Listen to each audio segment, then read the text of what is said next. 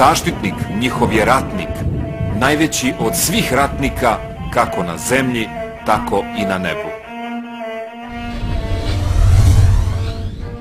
Čojstvo i junaštvo srpskih ratnika kroz vekove njihov je uzor.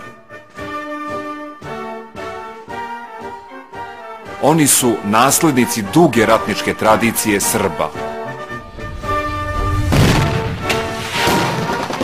Njihov moto je: ko sme, taj može. Ko ne zna za strah, taj ide napred.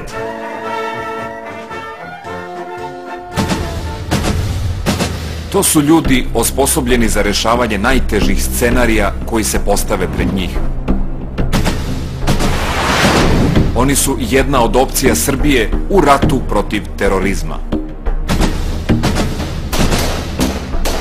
Po prvi put dozvoljeno je kameri da dokumentuje obuku pripadnika ove jedinice, uprkos nekim zabranama. Svaki snimak predstavlja pravu sliku današnje obuke i borbene sposobnosti ove jedinice. Svoje akcije izvode u totalnoj tajnosti, od pogleda javnosti, i jedna je od najboljih policijskih jedinica u Evropi.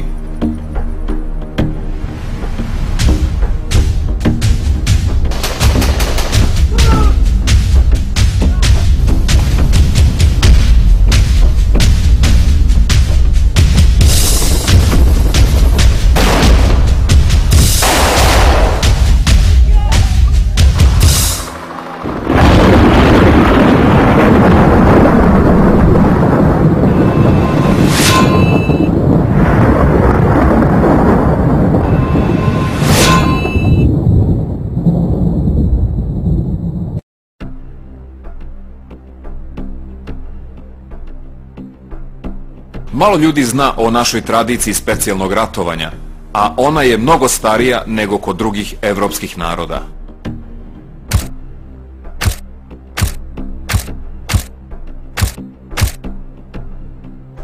Centri za obuku elitnih ratnika u Srbiji nastaju pre početaka Balkanskih ratova. Svi su oni bili podvrgnuti strogoj selekciji, kao i danas, jer se vodilo računa da se izaberu najbolji, najzdraviji i najsposobniji. Predavači i instruktori bili su sačinjeni od vojvoda i kominskih prvaka, koji su vojevali po staroj Srbiji i Makedoniji. Kominski prvaci su svojim primjerom pokazivali kako se neopaženo može privući neprijatelju, kako se tiho, bez reči, uklanjaju pred straže, kako se baca bomba u poslednjem trenutku, kako se uskače u rov i golim rukama hvata za bajonet. Zbog zadataka koji su ih čekali i načina njihovog izvođenja, selekcija je bila rigorozna. Na neki potrebni položaj da im iščuvite! Četvrta četa, za mnom!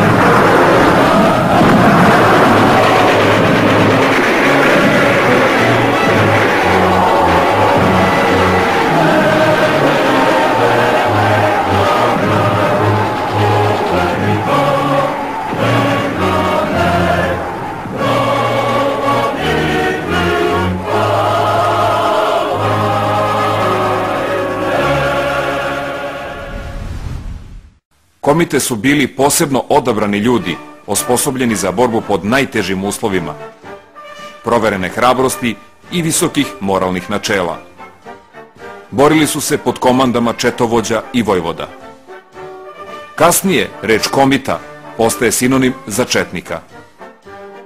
Bili su tako opremljeni i naoružani da je jedan četnik mogao da provede više sati u borbi bez dodavanja municije.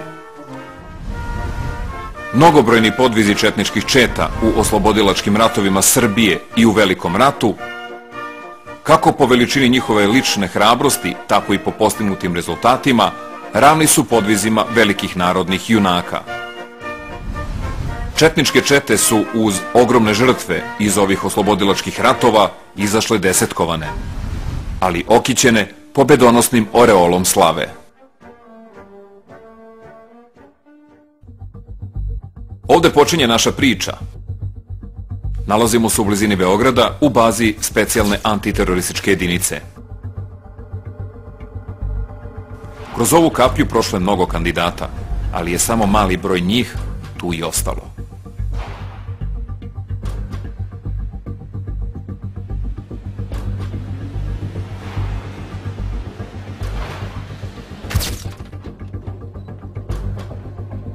Svaki čovek je ovde po sopstvenoj želji.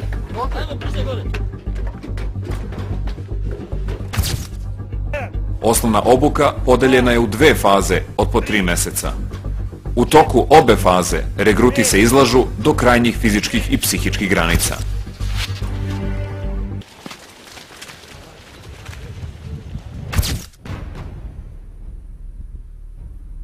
Obuka je pretežno ruralnog tipa i sastoji se od marševa, uzbuna, rada u timu, izvršavanja naređenja bez pogovora, taktičke obuke.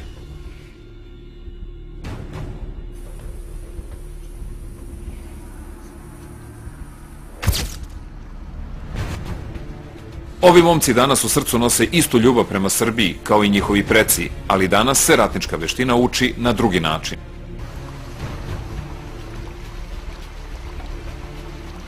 Pravilo koga se pripadnici pridržavaju tokom naporne obuke glasi: što više prolivenog znoja na obuci, to manje prolivene krvi u borbi.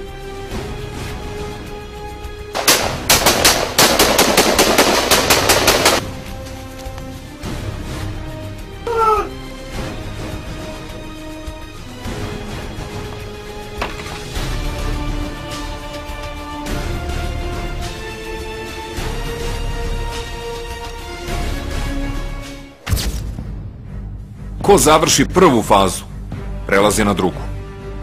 U drugoj fazi obuke traži se veći stepen psihofizičke pripremljenosti i obučenosti u rukovanju vatrenim oružjem, kao i u drugim radnjama, koje se uglavnom izvode u urbanim uslovima.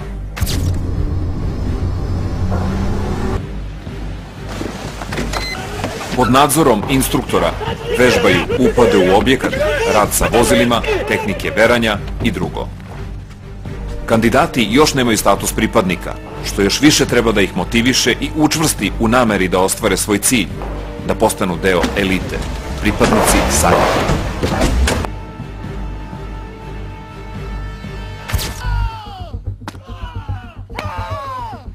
Do automatizma uvežbavaju se razne tehnike borenja sa nenaoružanim i naoružanim napadačima. Pripadnici su pravi majstori u borilačkim veštinama.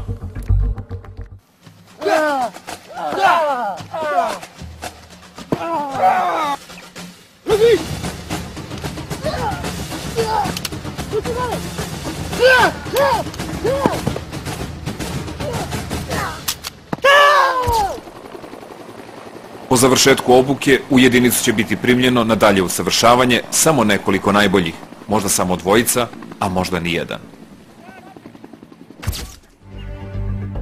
Odabiraju se samo najbolji pojedinci koji mogu da deluju podjednako uspešno na zemlji, u vazduhu, vodi i pod vodom, koji se odlikuju disciplinom, jakom motivacijom, hrabrošću i snažnim osjećajem za timski rad.